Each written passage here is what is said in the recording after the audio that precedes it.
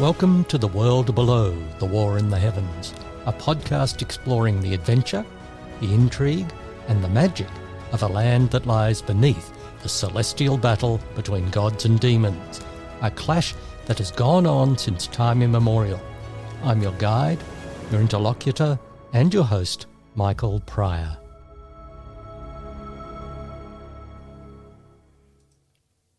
Welcome everyone to episode 29 of The World Below, The War in the Heavens podcast, the 9th of season 3. This one is all about Dimon II of Anaquist, the Pious king.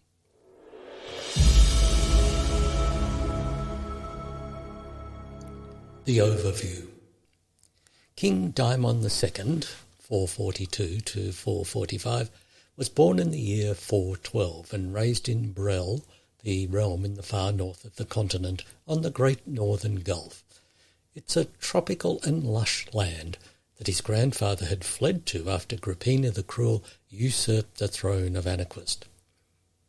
Dimon's birth name was Blemon, after the 3rd century Anaquistian monarch King Blemon, one of the renowned Varfanite monarchs. He chose to change it to Dimon upon taking the crown in honour of his father. This was, and has remained, unusual, with very few Anaquistian monarchs taking regnal names like this. As a young man, Blemon followed his father into the military, showing aptitude and loyalty alongside his younger brother Hoch.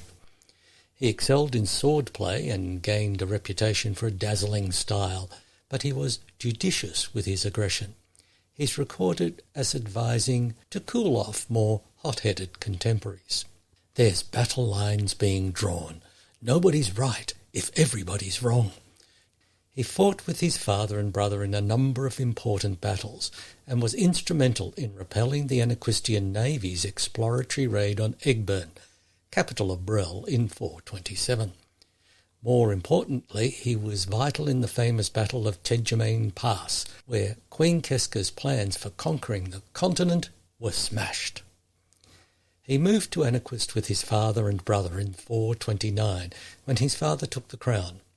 When his father died in the year 441, Blemon was crowned king at the age of 30 as King Dimon II. King Dimon II ruled as wisely as his father, while Anaquist prospered in peace. He was greatly assisted by his brother Hoch, who was a trusted adviser and, perhaps unusually for a trusted adviser, actually didn't betray him. After something of a personal crisis, Dimon II became pious and granted much freedom and many rights to the temple. Perhaps this was timely, as one of the major events in his reign was the rise of the seer, a prophet of zealous sort, who came out of the desert wilderness and gathered a considerable following. The seer's prophecies were keenly sought, and Dimon granted her several audiences before her disappearance in 444.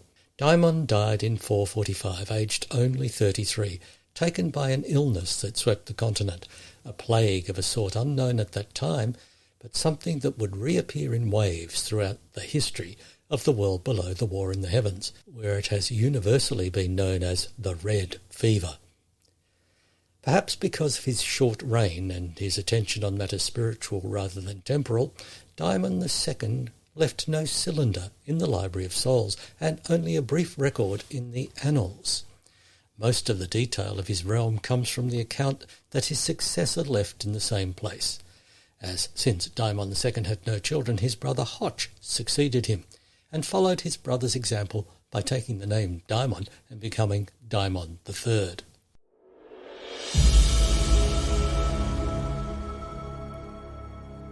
Reign highlights. A reign of 3 years, more or less, isn't a long time to rack up many highlights, but if I've learned anything in unpacking the Anaquistian monarchs, it's that things happen when they're around. Ambitious, talented, sometimes headstrong, and almost always noteworthy, they tend to be in the middle of substantial affairs. In the overview, I've already alluded to the major affairs for King Dimon II involving spiritual matters, one way or another, which is interesting because as a young man he gave no indication that religion played any part in his life at all. Along with his father Dimon I and his brother Hotch, he attended the major festivals at the Prime Temple, but that was about all. He devoted himself zealously to military matters first, and then, after the throne was restored to his family, he was a staunch adviser to his brother on all sorts of mundane matters like water supply and taxation. It wasn't until a year and a bit into his reign that what might be called a conversion occurred. If not a conversion, then some sort of religious awakening, perhaps. Early in his reign, Dimon II made sure that he was a monarch to be seen. By that, I mean he regularly went on tours of Anaquist, and not just in the city, but in the towns and settlements across the realm. He'd travel with a retinue, of course, including a sizable force of soldiery, but he soon gained the reputation of being a king who'd stop and talk to the common folk. Many an inn and tavern hundreds of miles from the capital bear a sign to the effect that King Dimon II ate, drank or slept here after a visit, and his generosity to local causes became widespread knowledge. It was on one of these processions that a remarkable event occurred. After leaving the town of Aachen in the southwest of the realm, and on the way to Majonica, a day's travel away on the coast, a boom split the air. King Dimon was leading the 100 or so people when he was struck a glancing blow on the shoulder, and he toppled from his horse. A few yards away, a hideous shrieking squawk erupted, and a giant hookbeak bird fell next to King Dimon, its head a bloody mess. Chaos momentarily ensued. Soldiers wheeled and scattered, certain that an assassin must be close by. Retainers rushed to the king, who was sitting up by this time in pain and staring at the carcass of the flightless bird and holding his arm close to his body. It soon became clear that the something that had struck the king had continued on its way and nearly decapitated the hookbeak bird that had been about to spring on the king with its beak and slashing talons. Some investigation found that something was buried in the ground not far from the corpse of the hookbeak bird. Considerable effort was needed, but eventually something heavenly was unearthed, a fist-sized scale, argent, and immediately estimated to be of supreme puissance. When his arm was comfortable in a sling, King Dimon declared thanks to the heavens for saving his life. It was obvious to him that the blow to the shoulder was to alert him, and then the formidable threat was dispatched, and that was a clear sign that the heavens were protecting him, and all the more special because heavenfalls rarely took such personal action. Almost all heavenfalls fell relatively gently too, settling like leaves in autumn. This one, however, struck with the swiftness of an arrow, so deadly was the peril. Dimon was convinced that he was favoured by the gods. King Dimon honoured his commitment to visit Majonica, but shortened his stay and rode for Anaquist and the Prime Temple. Thereafter, King Dimon rarely missed a temple service and generously sponsored temple initiatives, especially missionaries to the inland wilderness. Soon people began to speak of him as Dimon the Pious, usually in a tolerant manner, like one would talk about an uncle who's taken up a new, slightly eccentric hobby.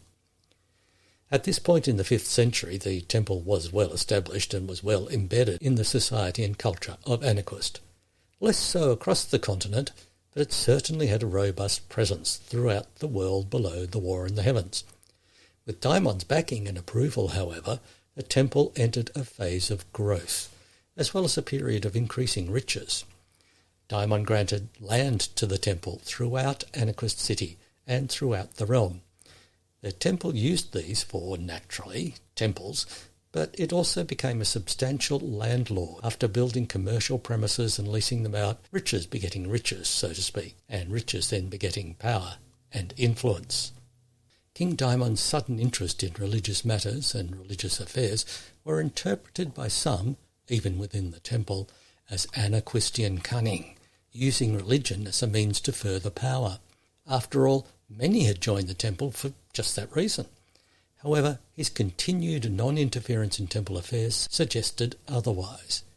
His interest was generally on humbler matters, with ongoing support for missionaries and a readiness to fund the establishment of local temples in small towns and villages, not just in Anaquest, but across the continent. Some of these still exist in the present-day world below the war in the heavens, and all of them have a small plaque in the front vestibule noting that the temple was built on the orders of King Dimon II in order to praise the heavens more fully. King Dimon's religious devotions also evince themselves in early 444 when he funded and equipped an expedition to try to establish if a heaven fall in the shape of a giant head truly existed. The scale head was generally held to be a traveller's tale, a legend without foundation, but King Dimon had had several scholars from the Library of Souls poring over old manuscripts, and, while sceptical, he felt enough evidence existed for a well-funded mission to see what was what. He persuaded his close friend Dimon II to head the party, and it was a sizable team, 3 or 4 dozen experts, well-equipped and with a top-quality unit from the Anaquestian army for support and defence. The expedition left Anaquest with copies of old maps and more copies of travellers' journals, diaries that spoke of seeing the giant head near distinctive red cliffs or on the edge of a vast salt sea. The party spent half a year combing the parts of the inland wilderness where the giant head was said to be, before returning unsuccessfully, but with more travellers' tales that insisted the giant head was true, but in an entirely different part of the vast inland.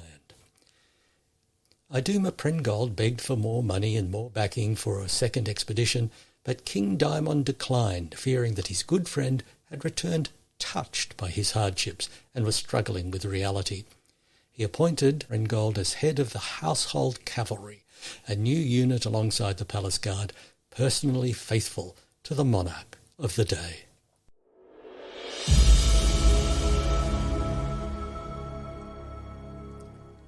The seer. Early in 443, reports began to emerge of a young wandering preacher moving from town to town on the western edge of the realm of Anaquest. Now, this sort of thing was far from unusual in the world below the war in the heavens. Having constant proof of another world, having artefacts falling to earth from the heavens, certainly encouraged those of, shall we say, an otherworldly frame of mind. Those with matters spiritual to the forefront were validated with every heavenfall, and some of them took to a life of spreading what they saw as the word. Before the rise of the temple, this meant a multiplicity of interpretations were abroad, depending on the individual leanings of whoever was doing the word spreading. With the establishment of the temple, a common doctrinal core began to be established, and the more fringe elements died down. Not died out, as the continuing history of the world below the war in the heavens is full of heretics, splinter sects, revisions of dogma, and so on, but settled down somewhat. So in this 5th century a wandering preacher wasn't rare. Some gathered following, some didn't. The temple's approach at this time was, generally, tolerant. If a preacher became overly popular, they were often recruited and given a position, so their personal following was swallowed up into the general temple congregation, and all was good. If they resisted this, and most didn't, they usually disappeared. The preacher we're talking about didn't follow the usual pattern, however. They gained a following, a reasonable one, among the farmers, woodcutters and prospectors in the far west of Anaquest, but in a dramatic shift gave up preaching the word of the heavens and instead began to hand down prophecies.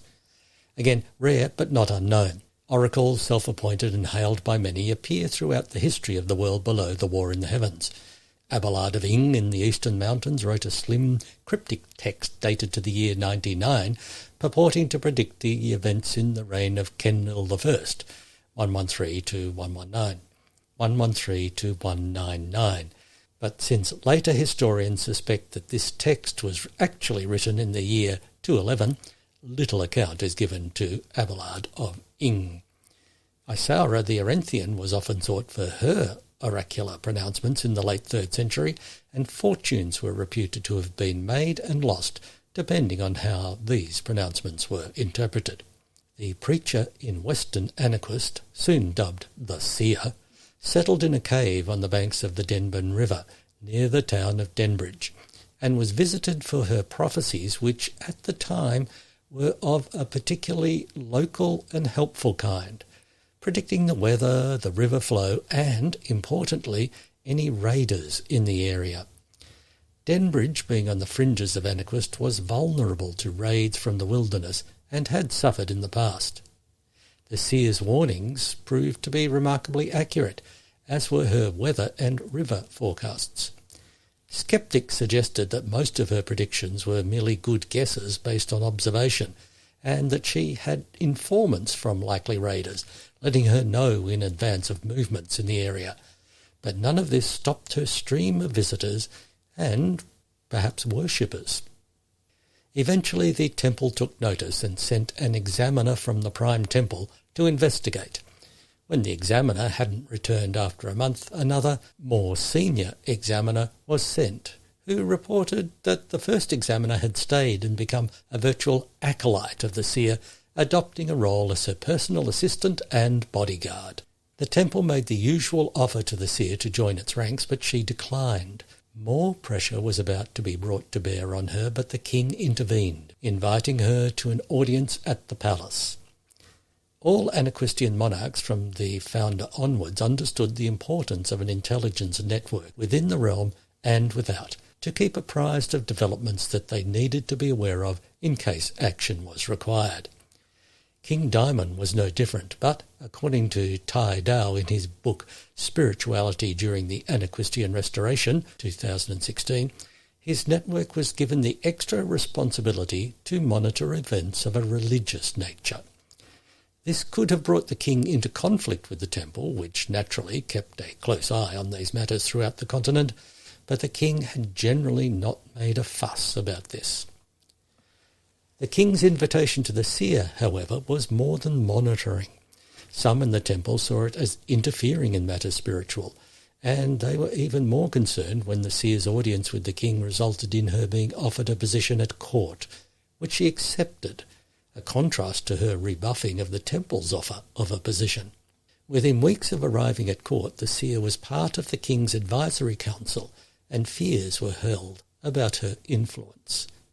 These fears were allayed when her prophecies remained confined to the areas of weather and river flows, her foresight about raiders apparently failing her as she moved away from the border regions.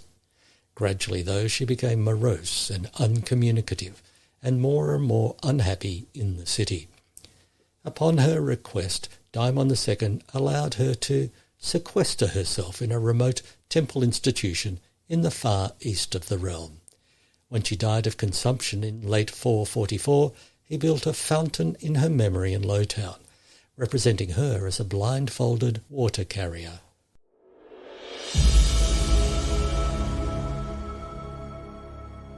Minor rebellion, known as the Confederacy of Dolts.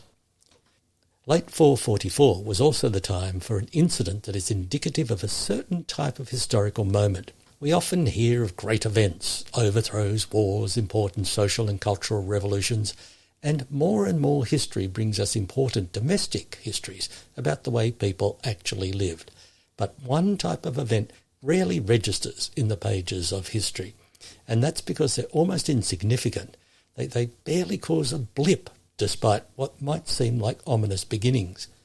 The minor rebellion known as the Confederacy of Dolts is one of those.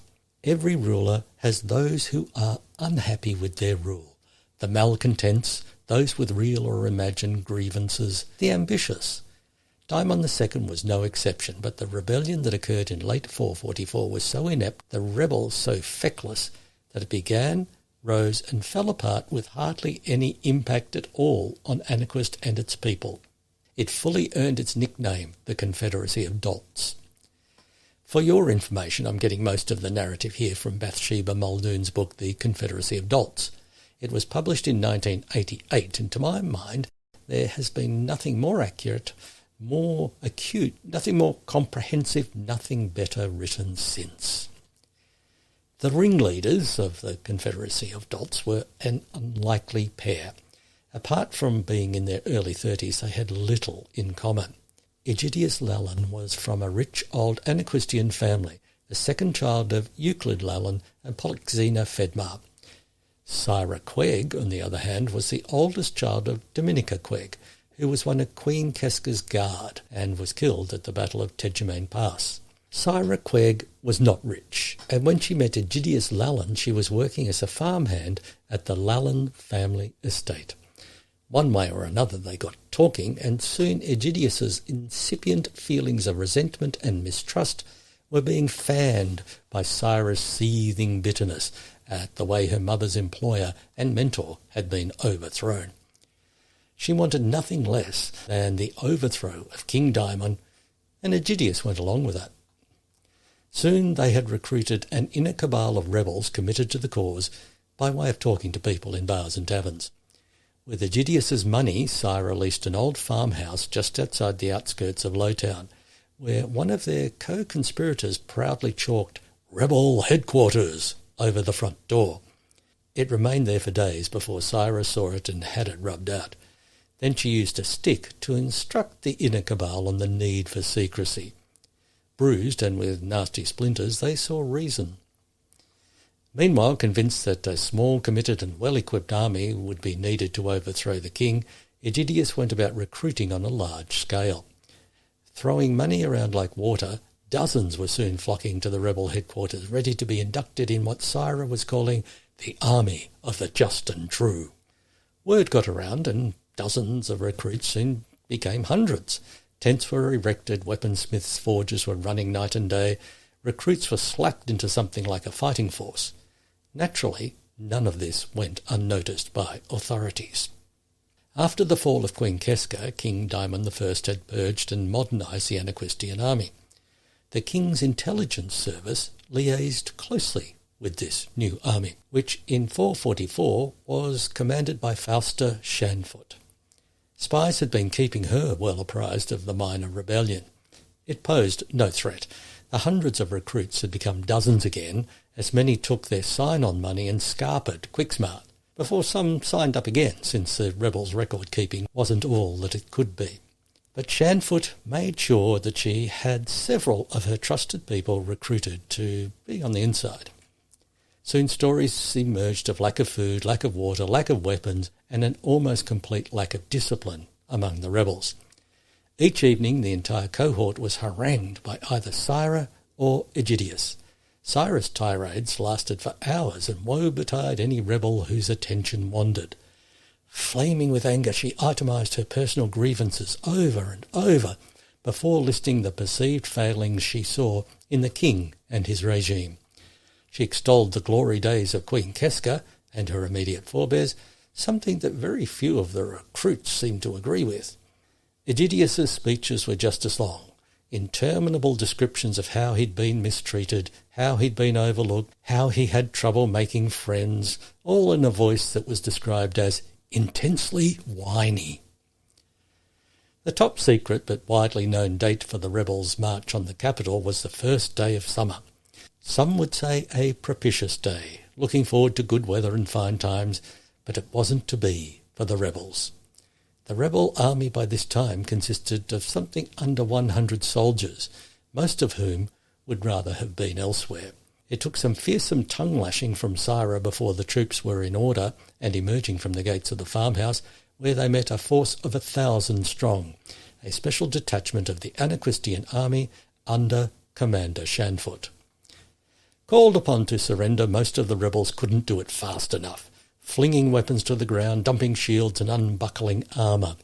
The air rang with metal clashing on metal, and not in a sword-fighting way. Egidius was mounted on his favourite horse, a sleek grey gelding. He looked at Syra, who stood in the stirrups, swung her sword and cried, "You'll never take us alive!" Egidius seemed to be taken aback by the plural, but shrugged and followed as Syra turned her horse and plunged into the woods. Not having done any reconnoitring at all, another military shortcoming, the countryside around their headquarters was unknown to this pair of ringleaders. Before going far, Egidius's horse pulled up, and Egidius, who hadn't been paying attention, was thrown and landed in a large quicksand bog where he quickly perished. Syra managed to escape pursuit and fled to the northeastern highlands. She attempted to start a gang of bandits there, but no one would join. She was reduced to stealing from the many chicken farms in the area, and when running from one with a clutch of eggs in her hands, she was surprised by a 6-foot-tall hookbeak bird, who presumably saw the eggs and exacted revenge on behalf of a cousin. Syra Quegg was disemboweled on the spot. The Confederacy of Dots is rarely mentioned in any discussion of Anaquistian history, except as the butt of jokes, but is worth looking at as a diversion and an example of how even the most bungling can end up in charge of an army if they have enough self-belief.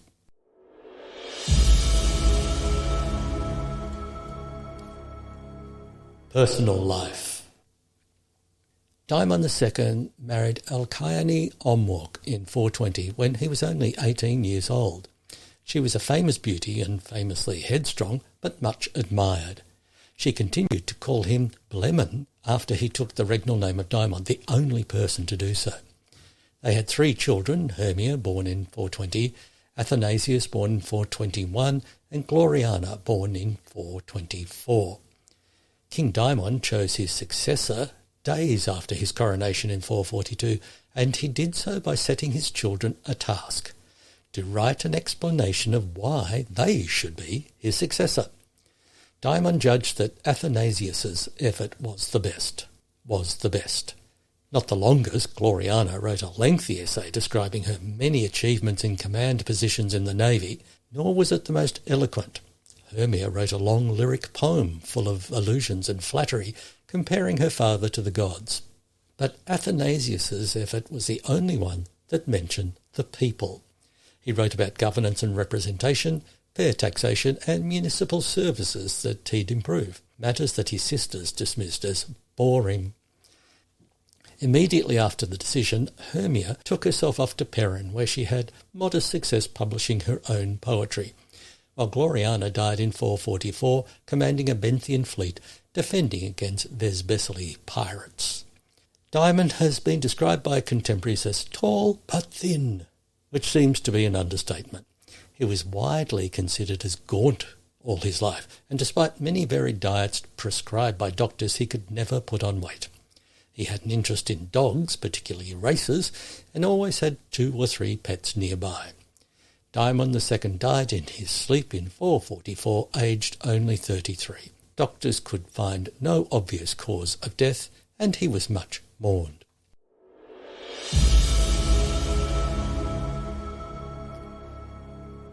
Final words. King Dimon II, the Pious One. A steady hand at the tiller, and Anaquistian history has few enough of these that we truly need to value them more.